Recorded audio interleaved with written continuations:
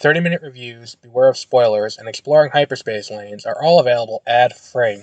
But if you want to support the show, you can go to bewareofspoilers.com and click the support button that's available on the Spotify website.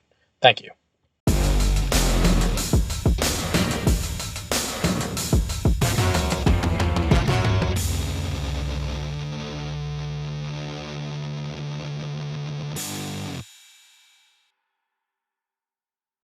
Good morning, and welcome to Beware of Spoilers. I am Adam.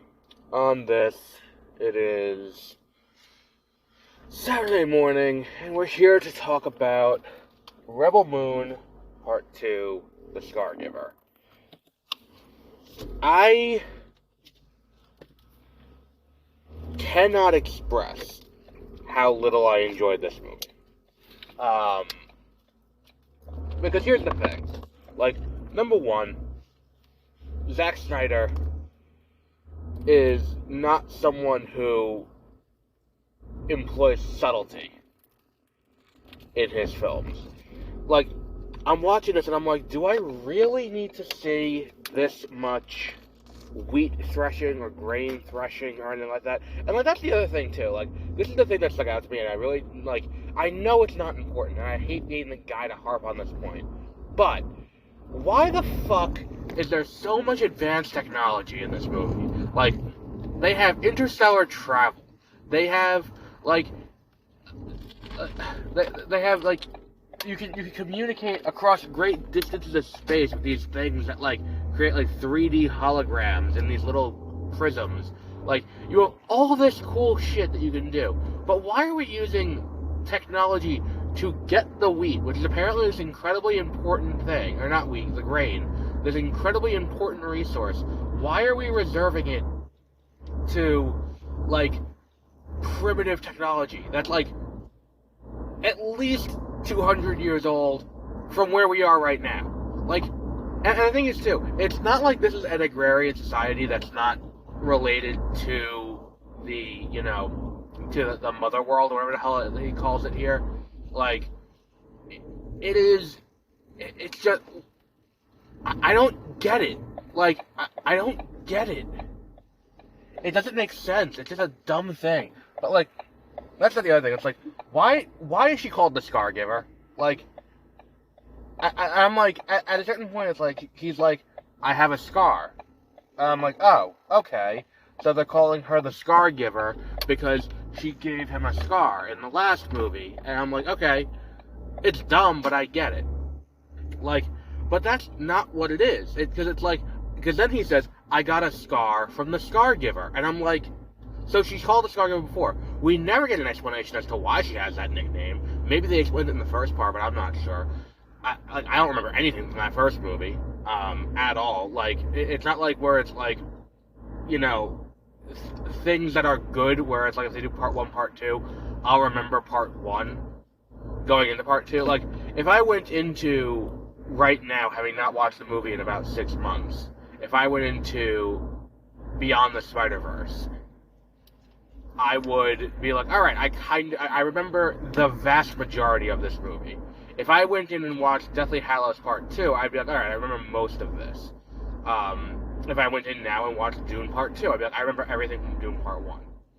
Because, these are good Part 1 movies. I feel next year, when I see, Mission Impossible Dead Reckoning Part 2, whatever they end up calling that movie, I will be able to be alright, I remember, maybe not specific lines of dialogue, but I remember the action set pieces, I remember the characters, I remember the names, I remember, the dynamics between the characters and all of that.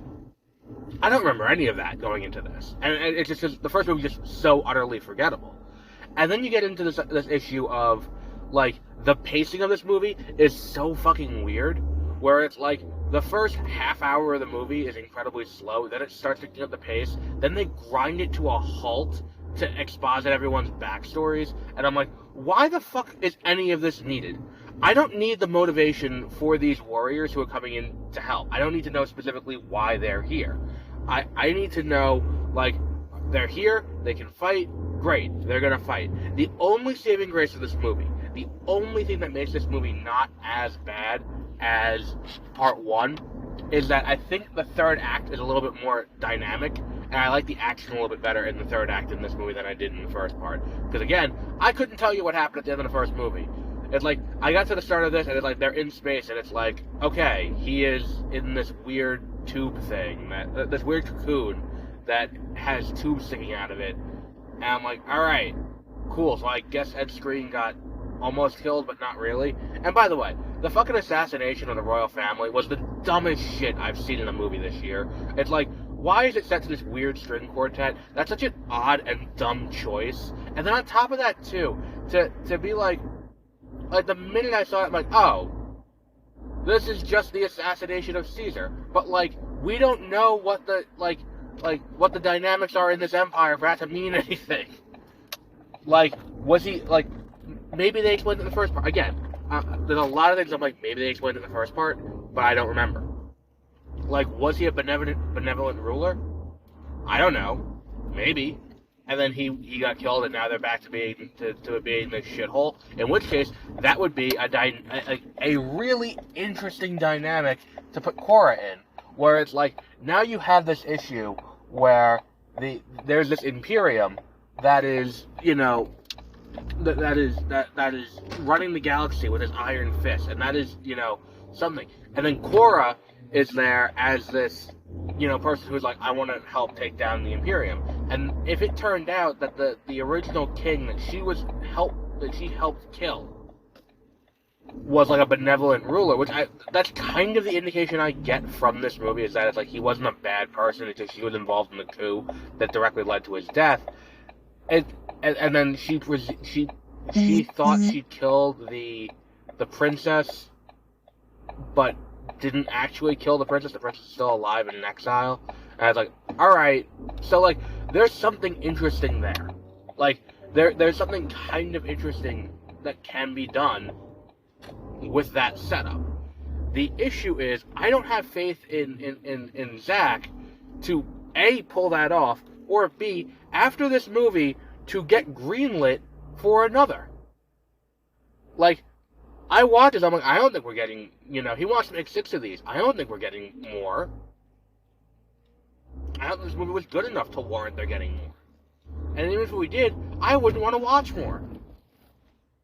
Like, you created this world where it's like, there's some interesting dynamics, but you created a part 1 and part 2 of a movie that's basically a prologue to the cool shit that's gonna come down the line. This is Zack Snyder's entire problem, is that it's always the promise that something cool is gonna come later. You gotta sit through some shit, but there will be something cool down the line. Oh, you gotta sit through a 4-hour cut of fucking Justice League, but guess what? Maybe I'll get to show you Darkseid at the end of it. Like, oh, okay, it's a fundamental, like, ass-backwards approach to storytelling, and it's why it's like, something like this would have been an excellent prequel. But this is not a movie to build the world on. Like, I think that had we started with this movie being, like, you know, had we started with an actual, like, okay, so now we are in the heat of it, here's Korra. Korra is, she's fighting with the resistance or the rebellion. Like, and that's the thing too, is that it's like, look, at the very minimum, you're clearly inspired by Star Wars. You're clearly inspired by Dune. You're clearly inspired by Seven Samurai. You're Six Samurai Yu-Gi-Oh. You're clearly inspired by everything else, and you wear these inspirations on your sleeve, which is a very nice way of saying you're almost blatantly plagiarizing at times. The issue is, and look, I've praised Zack for it before. It's good that he went to Lucasfilm, pitched his Star Wars movie, they told him no, and then he made it anyway. I will commend him for that. Because at least he didn't just sit here and be like, oh, well, they wouldn't let me make my Star Wars movie, and now it's very clear why they wouldn't let him make that movie. But the issue is, like, you have this whole, like, you know, world of things, and it's like you're using the same terminology as the things you're pulling from. He's Emperor of the known universe. He's Emperor of the Imperium. That's Dune. Like, that is clearly Dune. Like, the plan at one point is, okay, let's take the grain, we're going to put it all in one place, and then we have the power over the grain. I'm like, again, that's the third act of Dune. That is how Dune ends. Like, it's called with the water. I mean, in the book, with the water over the over the spice mat or the pre-spice mat, and being like, look, if you guys fuck with me, I will destroy all the spice and fuck everyone. Like, it is a fundamental. It just. And then for it to be like, oh, and now we have, this thing where it's like, oh, so we also have, what was the rebellion? It's like, okay, call it anything else. Call it anything else. Like, maybe they were branded insurrectionists by the government, and they're like, yeah, we like that. We're gonna call ourselves that, because we're here to take over. Like, there's so much that could have been done that would have been better than what they did in terms of just the most basic parts of terminology. And it's kind of sad. There's a lot of potential here. And I could see the potential. And I could see what the vision was and what Zack wanted to do. And I get that he wanted to do that. But at the same time, you have to take a step back and go, buddy, what are you doing? Like, this was not the place to start this story. There is an interesting story here. But this is an interesting story you get 10 years down the line when we get the origin story for Korra and what happened here. This is very clearly a world you could have started 5 years later than it is, where they're already with the rebellion and they're like, they're doing that. I don't need a story for how Korra got to the rebellion. And now it's like this idea of like, oh, the princess is presumed dead. And that's the other thing too. It's like, this is, like, the end is like, oh, I killed the princess. It's like, this is Wayfarers. Like, the idea that this person, I mean, and it wasn't just Wayfarers who did it. I'm sure Becky Chambers was inspired by something. But the idea that, like, oh, this person who has been working with the good guys has this deep secret about how they are, deeply invested in some of the worst aspects of the galaxy. It's one of those things where it's like, I've seen this before, and I've seen it done better. And again, like I said, this is a great prequel. But you can't make a prequel to something that no one knows the story to, because who gives a fuck besides you? As the writer, you need to give me a reason to care about these characters before we get to this story. Where I'm going to be like, oh, and this is an interesting expansion of the canon. This is how Korra became involved with the rebellion. This is how Korra, in the same way that, like, we didn't get the Furiosa movie until this year. Like, and that's clearly what this feels like. This feels like, had they did Furiosa, and we're just like, oh, and here's another story from the world of Mad Max. But, I trust George Miller more than I trust Zack Snyder, so it's not even a fair comparison. Because I trust that George Miller would have been able to make the Furiosa origin story more interesting than this origin story is for Korra and this team. Like, I don't know. Skip this. And the other issue is, it's very clearly a PG-13 cut of an R-rated movie. Why are we doing that? I don't know. Does it add anything to release a Snyder cut of this movie after the fact, after we already have, the movie out? Not really. There's nothing to add here. It's the same movie. It's just gonna be longer and with better cuts. All you did was release a shitty version of the movie to try and double dip on the ratings, which is a dumb idea. Like, so if you're interested in this, and I think again there's merit to it, there are things in this movie that I'm like, all right, I can see where you're going, but if you want that experience, wait until, June or July when they release Part 1 and Part 2, the director's cuts, where it's actually properly shot and not like it was cut for syndication on TNT. But we'll wrap up there for today.